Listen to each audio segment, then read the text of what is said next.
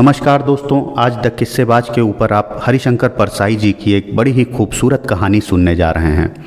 Inspector माता दीन चांद पर, मेरी यानी आशीष त्रिपाठी की आवाज़ में। हरिशंकर परसाई जी की लेखन शैली ज़्यादातर व्यंग्यात्मक रही है। ये कहानी भी पुलिस महकमे के ऊपर एक व्यंग ही है, जिसमें हास्य और व्यंग के साथ साथ एक महत्वपूर्ण संदेश भी है। तो बस आपकी इजाज़त से शुरू करता हूँ। वैज्ञानिक कहते हैं चांद पर जीवन नहीं है। सीनियर पुलिस इंस्पेक्टर माता दीन डिपार्टमेंट में एमडी साहब कहते हैं कि वैज्ञानिक झूठ बोलते हैं, वहाँ हमारे जैसे ही मनुष्य की आबादी है। विज्ञान ने हमेशा इंस्पेक्टर माता दीन से मात खाई है। फिंगरप्रिंट विशेषज्ञ कहता रहता है कि छुरे पर पाए गए निशान मुलजिम की उंगलियों के नहीं हैं, पर माता दीन उसे सजा दिला ही देते हैं। माता दीन कहते हैं ये वैज्ञानिक केस का पूरा इन्वेस्टिगेशन नहीं करते। उन्होंने चांद का उजला हिस्सा देखा और कह दिया वहाँ जीवन नहीं है। मैं चांद का अंधेरा हिस्सा देखकर आया हूँ, वहाँ मनुष्य जाति है। यह बात सही है, क्योंकि अंधेरे पक्ष के माता दीन माहिर माने जाते हैं। पूछा जाएगा इंस्पेक्टर माता दीन चांद पर क्यों गए थे, टूरिस्ट की हैसियत से या किसी फरार अपराधी को पकड़ने? नहीं, वे भारत की तरफ से सांस्कृतिक आदान प्रदान के अंतर्गत गए थे। चांद सरकार ने भारत सरकार को लिखा था, यूँ हमारी सभ्यता बहुत आगे बढ़ी है, पर हमारी पुलिस में पर्याप्त सक्षमता नहीं है। वह अपराधी का पता लगाने और उसे सजा दिलाने में अक्सर सफल नहीं होती। सुना है आपके यहाँ राम राज है, मेहरबानी करके किसी पुलिस अफसर को भेजें जो हमारी पुलिस को शिक्षित कर दे। गृह मंत्री ने सचिव से कहा, किसी आईजी को भेज दो। सचिव ने कहा, नहीं सर, आईजी को नहीं भेजा जा सकता, प्रोटोकॉल का सवाल है। चांद हमारा एक क्षुद्र उपग्रह है, आईजी रैंक के आदमी को नहीं भेजेंगे, किसी सीनियर इंस्पेक्टर को भेज देता हूँ। तय किया गया कि हजारों मामलों के इन्वेस्टिगेटिंग ऑफिसर सीनियर इंस्पेक्टर माता दीन को भेज दिया जाए। चांद की सरकार को लिख दिया गया कि आप माता दीन को लेने के लिए पृथ्वीयान भेज दीजिए। पुलिस मंत्री ने माता दीन को बुलाकर कहा, तुम भारतीय पुलिस की उज्जवल परंपरा के दूत की हैसियत से जा रहे हो। ऐसा काम करना कि सारे अंतरिक्ष में डिपार्टमेंट की ऐसी जय जयकार हो कि पीएम साहब को भी सुनाई पड़ जाए। माता दीन की यात्रा का दिन आ गया। एक यान अंतरिक्ष अड्डे पर उतरा। माता दीन सबसे विदा लेकर यान की तरफ बढ़े। वे धीरे धीरे कहते जा रहे थे, प्रविशि नगर कीजय सब काजा, हृदय राखी कौशलपुर राजा। यान के पास पहुंचकर माता दीन ने मुंशी अब्दुल गफूर को पुकारा। मुंशी गफूर ने एड़ी मिलाकर सल्यूट फटकारा और बोला, जी पेट साहब। माता दीन ने उससे कहा, एफआईआर रख दी है? गफूर कहता है, जी पेट साहब। माता दीन फिर पूछते हैं, और रोजनामे का नमूना? जिस पर गफूर कहता है, जी पेट साहब। वे यान में बैठने लगे और हवलदार बलभद्र को बुलाकर कहा, हमारे घर में जचकी के बखत अपनी खटला यानी पत्नी को मदद के लिए भेज देना। बलभद्र ने कहा, जी पेट साहब। मुंशी अब्दुल गफूर ने कहा, आप बेफिक्र रहें पेट साहब, मैं अपनी पत्नी को भी भेज दूंगा खिदमत के लिए। माता दीन ने यान के चालक से पूछा, ड्राइविंग लाइसेंस है? जिस पर चालक ने जवाब दिया, जी है साहब। फिर माता दीन पूछते हैं, और गाड़ी में बत्ती ठीक है? जिस पर चालक कहता है, जी ठीक है। माता दीन ने कहा, सब ठीक ठाक होना चाहिए, वरना हरामजादे का बीच अंतरिक्ष में चालान कर दूंगा। चंद्रमा से आए चालक ने कहा, हमारे यहाँ आदमी से इस तरह नहीं बोलते। माता दीन ने कहा, जानता हूँ बे, तुम्हारी पुलिस कमज़ोर है, अभी मैं उसे ठीक करता हूँ। माता दीन यान में कदम रख ही रहे थे कि हवलदार राम सजीवन भागता हुआ आया।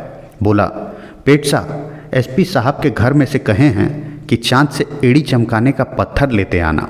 माता दीन खुश हुए, बोले, कह देना बाई साहब से, जरूर लेता आऊँगा।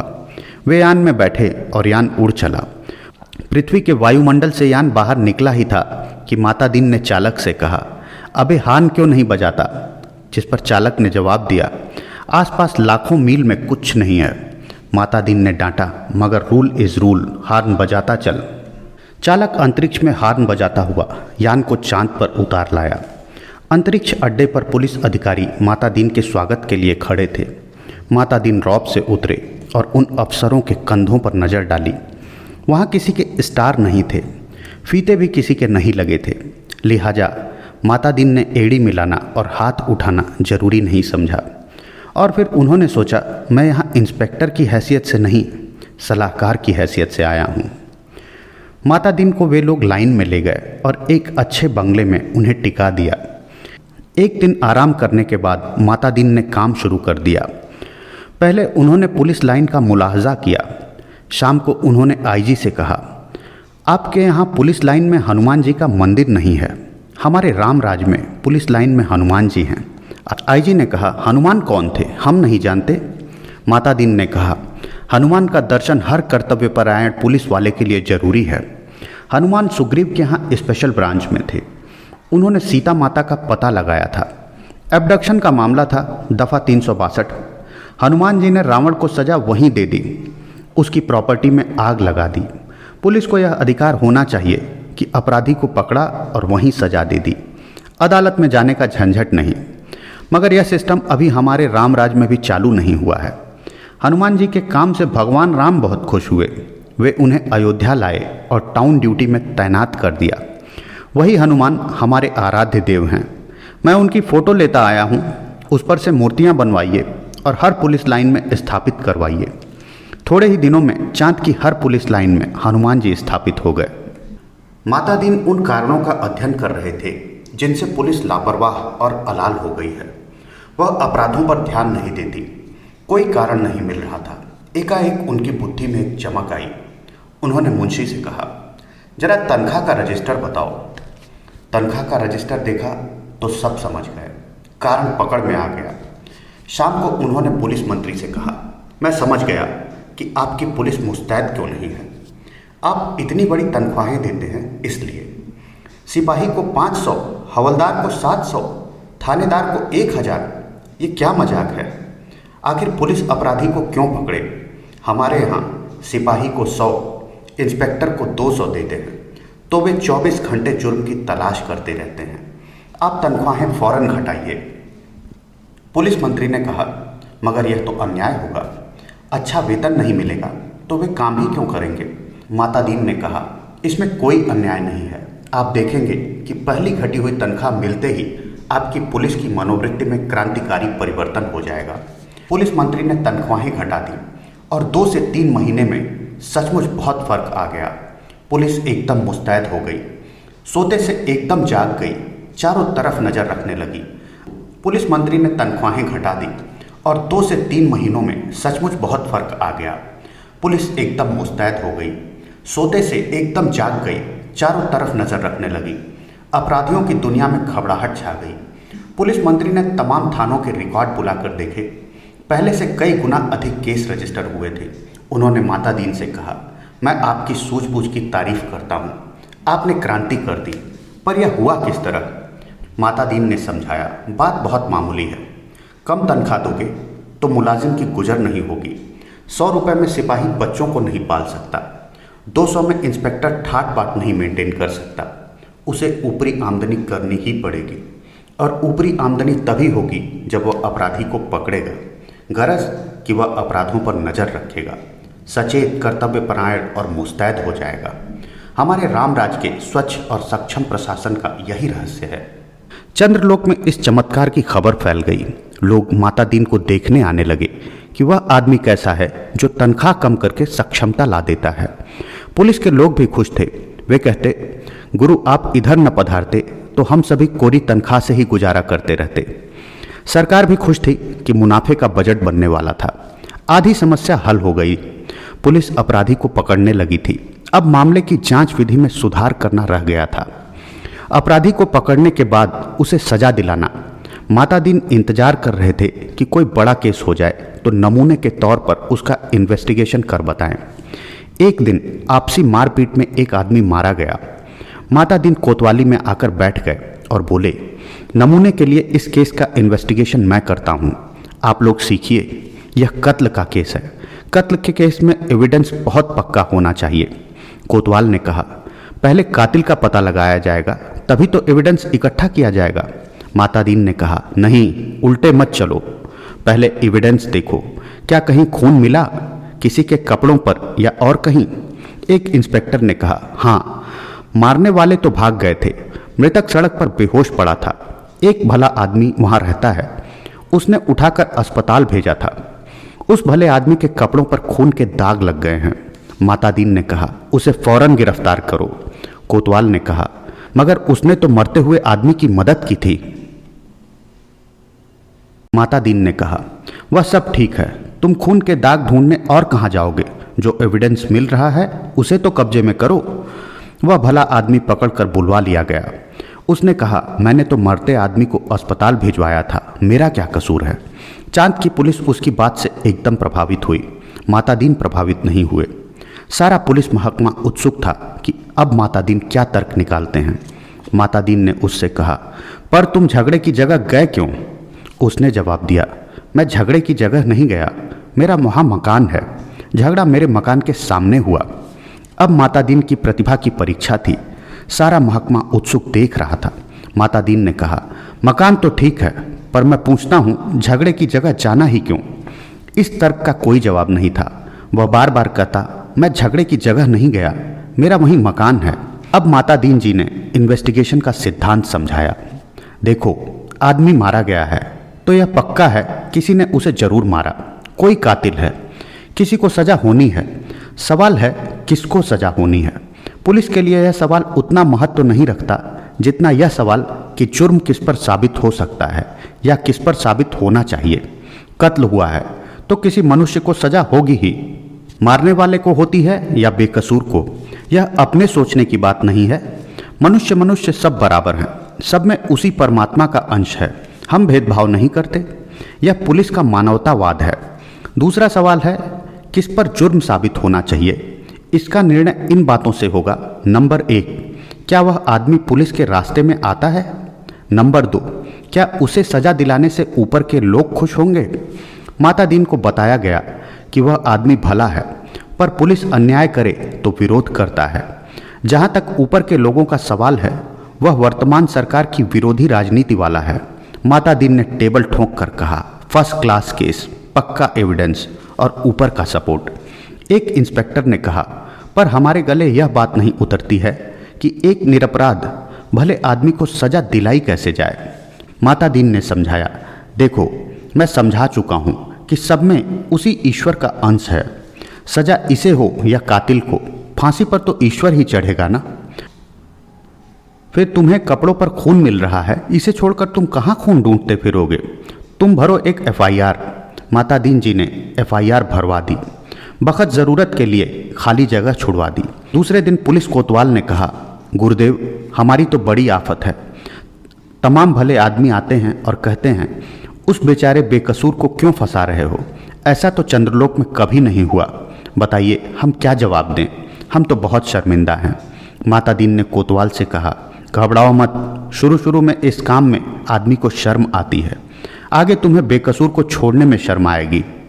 अब आपके पास जो आए उससे कह दो, हम जानते हैं वह निर्दोष है, पर हम क्या करें, यह सब ऊपर से हो रहा है। कोतवाल ने कहा, तब वे SP के पास जाएंगे। मातादीन बोले, SP भी कह देंगे कि ऊपर से हो रहा है। तब वे IG के पास शिकायत करेंगे। IG भी कहें कि सब ऊपर से हो रहा है। तब वे लोग पुलिस मंत्री के पास पहुंचेंगे। पुलिस मंत्री भी कहेंगे, भैया मैं क्या करूं, यह सब ऊपर से हो रहा है। तो वे प्रधानमंत्री के पास जाएंगे। प्रधानमंत्री भी कहें कि मैं जानता हूं वह निर्दोष है, पर यह ऊपर से हो रहा है। कोतवाल ने कहा, तब वे? मातादीन ने कहा, तब क्या? तब वे किसके पास जाएंगे? भगवान के पास ना। मगर भगवान से पूछकर कौन लौट सका है? कोतवाल चुप रहा। वह इस महान प्रतिभा से चमत्कृत था। मातादीन ने कहा, एक मुहावरा ऊपर से हो रहा है हमारे देश में 25 सालों से सरकारों को बचा रहा है, तुम इसे सीख लो। केस की तैयारी होने लगी। मातादीन ने कहा, अब 4-6 चश्मदीद गवाह लाओ। कोतवाल ने कहा, चश्मदीद गवाह कैसे मिलेंगे? जब किसी ने उसे मारते देखा ही नहीं तो चश्मदीद गवाह कोई कैसे होगा? मातादीन ने सिर ठोक लिया। किन बेवकूफ़ों के बीच फंसा दिया गवर्नमेंट ने, इन्हें तो ABCD भी नहीं आती। झल्लाकर कहा, चश्मदीद गवाह किसे कहते हैं जानते हो? चश्मदीद गवाह वह नहीं है जो देखे, बल्कि वह है जो कहे कि मैंने देखा। कोतवाल ने कहा, ऐसा कोई क्यों कहेगा? मातादीन ने कहा, कहेगा। समझ में नहीं आता कैसे डिपार्टमेंट चलाते हो? अरे चश्मदीद गवाहों की लिस्ट पुलिस के पास पहले से रहती है, जहाँ ज़रूरत हुई उन्हें चश्मदीद बना दिया। हमारे यहाँ ऐसे आदमी हैं जो साल में 300-400 वारदातों के चश्मदीद गवाह होते हैं। हमारी अदालतें भी मान लेती हैं कि इस आदमी में कोई दैवी शक्ति है जिससे जान लेता है कि अमुक जगह वारदात होने वाली है और वहाँ पहले से पहुँच जाता है। मैं तुम्हें चश्मदीद गवाह बना कर देता हूँ। 8 से 10 उठाईगिरों को बुलाओ जो चोरी, मारपीट, गुंडागर्दी करते हों, जुआ खेलते हों या शराब उतारते हों। दूसरे दिन शहर के 8 से 10 नवरत्न कोतवाली में हाजिर थे। उन्हें देखकर माता दीन गदगद हो गए। बहुत दिन हो गए थे ऐसे लोगों को देखे, बड़ा सूना सूना लग रहा था। माता दीन का प्रेम उमड़ पड़ा। उनसे कहा, तुम लोगों ने उस आदमी को लाठी से मारते देखा था ना? वे बोले, नहीं देखा साहब, हम वहाँ थे ही नहीं। माता दीन जानते थे यह पहला मौका है। फिर उन्होंने कहा, वहाँ नहीं थे यह मैंने माना, पर लाठी मारते देखा तो था। उन लोगों को लगा कि यह पागल आदमी है, तभी ऐसी उटपटांग बातें करता है। वे हंसने लगे। माता दीन ने कहा, हंसो मत, जवाब दो। वे बोले, जब थे ही नहीं तो कैसे देखा? माता दीन ने गुर्रा कर देखा। कहा, कैसे देखा सो बताता हूँ। तुम लोग जो काम करते हो सब इधर दर्ज है। हर एक को कम से कम 10 साल जेल में डाला जा सकता है।